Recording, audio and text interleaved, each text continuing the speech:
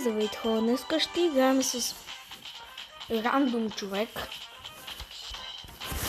който трябва да днеска ще ви покажа как да играят с рандом човек. И цъкате на Team Up и пишете Search for a player.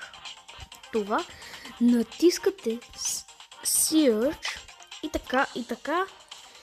Тук ви търси плеер, който сега ще изчакаме да го потърси карта.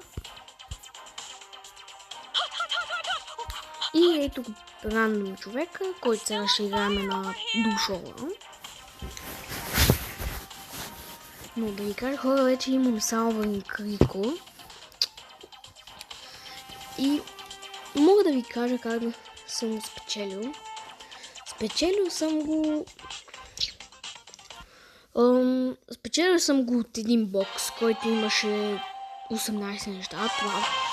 Това буквално беше невиждано от един мегабокс да ми се падне 18 неща.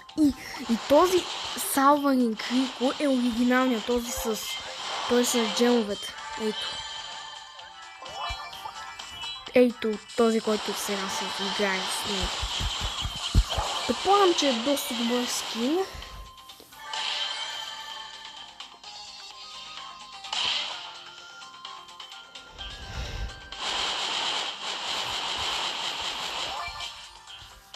Само че сега...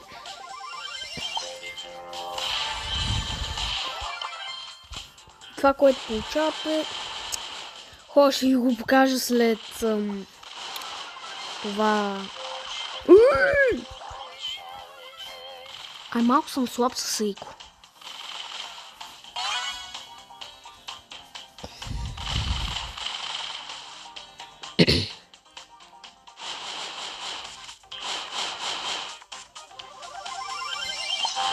Ето мене. Сега ли няма да имам интернет?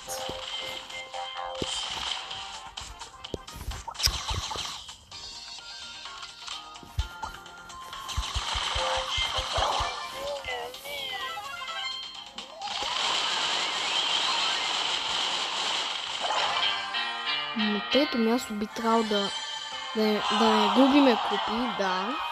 Само... What?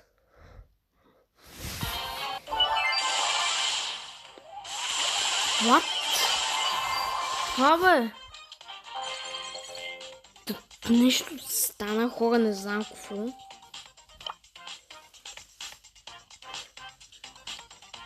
Някаква игра бях.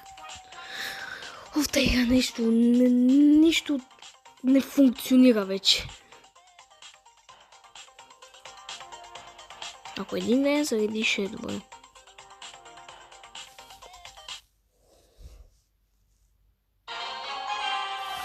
Чакайте.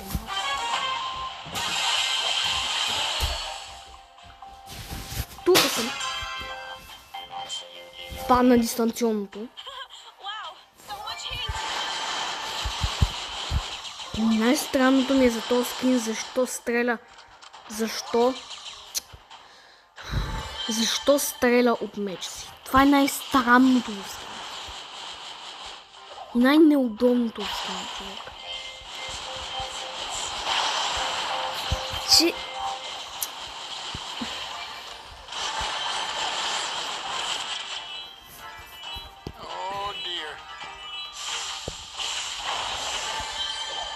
Да, знам, не ме интересува, че имаш паса.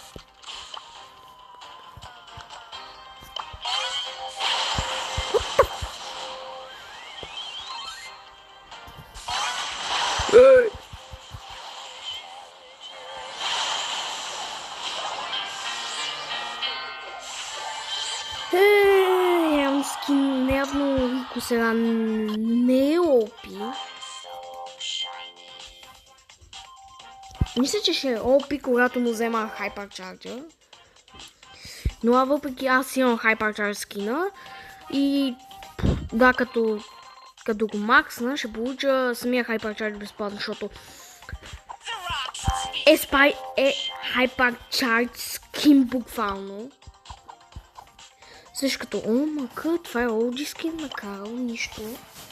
Това е буквално OG скин на Карл, който исках като малък много да си го вземах. Когато бях на 5, исках много да си го вземах. Да си го взема. Мъга, видях Нуба в Brawl Stars Edgar, който за 1000 път го виждам на бронзово.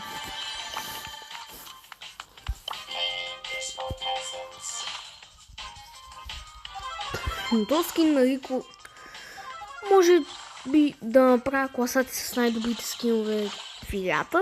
Не знам, какво ви решите. Ще направя такава класация.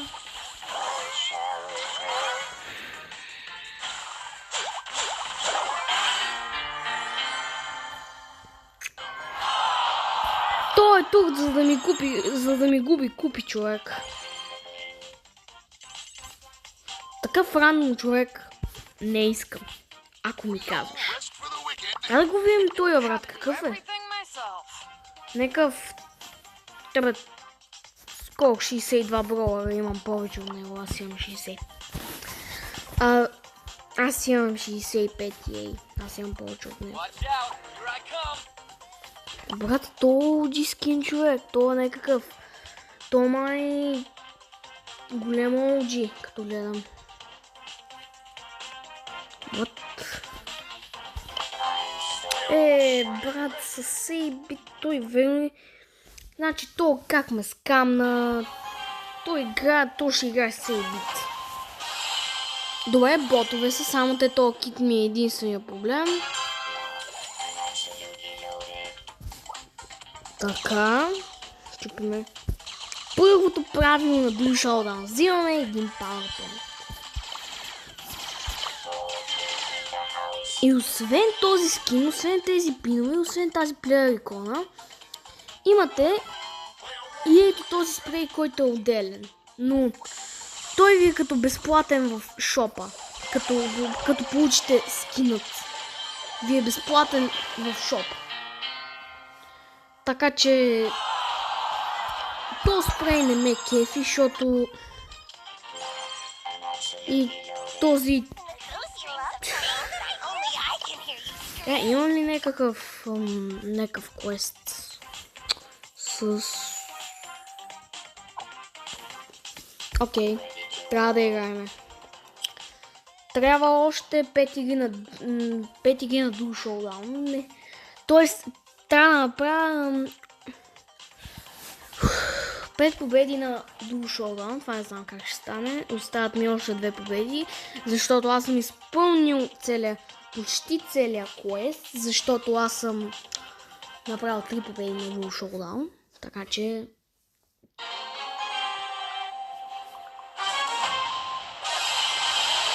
Айде! Тук мога да ни смажат лесно.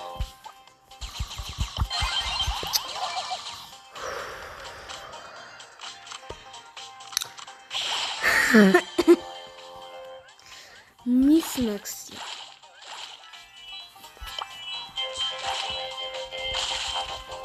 Защо трябваше да го правя това? Аз съм буквално такъв толкова съм неуязвим човек. Тази Биби, това мога да убие. Мога да убия лесно тази Биби, като гледам, защото ако не се хилва, ще ми е малко по-лесно.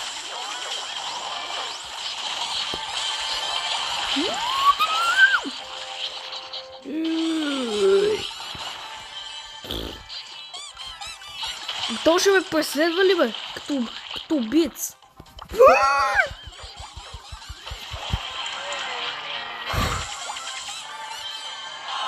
Не, човек, той е голем. Да, даже ме напусна този човек. Явно съм много слаб за него и съм много слаб човек, верно. И това беше от моят клип. Надявам се да ви харесал да оставите един мощен лайк и да се абонирате за моят канал. Но сега ще ви кажа какво получавате от Салвари и Крико. Получавате 9 пина, които не знам за какво са ми. И този спрей, който не го понасям.